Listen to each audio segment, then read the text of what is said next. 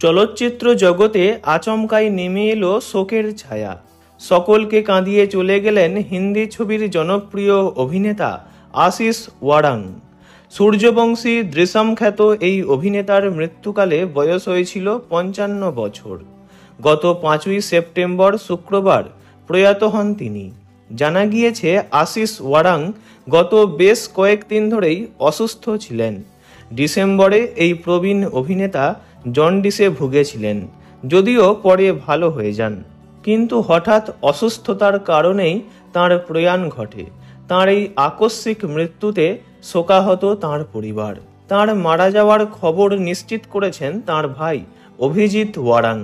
তিনি সোশ্যাল মিডিয়ায় একটি আবেগঘন পোস্টের মাধ্যমে সকলকে জানান দাদার চলে যাওয়ার খবর।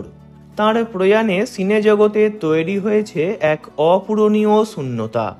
শোক প্রকাশ করেছেন অক্ষয় কুমার, রণবীর সিং, অমিতাভ বচ্চন, আমির খানের মতো তাবড় তাবড় অভিনেতারা। তাঁদের সঙ্গে অনেক ছবিতেই কাজ করেছিলেন আশিস অভিনীত জনপ্রিয় ছবিগুলির মধ্যে আছে মর্দানি, সার্কাস, সিম্বা, এক ভিলেন রিটার্নস, দৃশ্যম, সূর্যবংশী ইত্যাদি।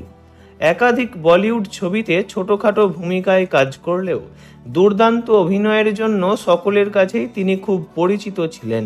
হিন্দি ছবির পাশাপাশি মারাঠি এবং কতকগুলি দক্ষিণী ছবিতেও অভিনয় করেছিলেন আশিস ওয়ারাং। পরপারে যেখানেই থাকুন, ভালো থাকুন তিনি। ওনার বিদেহী আত্মার চির শান্তি কামনা করি। ভিডিওটি এইটুকুই। বিনোদন জগতের সব রকম খবরাখবর জানতে চ্যানেলটি অবশ্যই সাবস্ক্রাইব করবেন। ধন্যবাদ।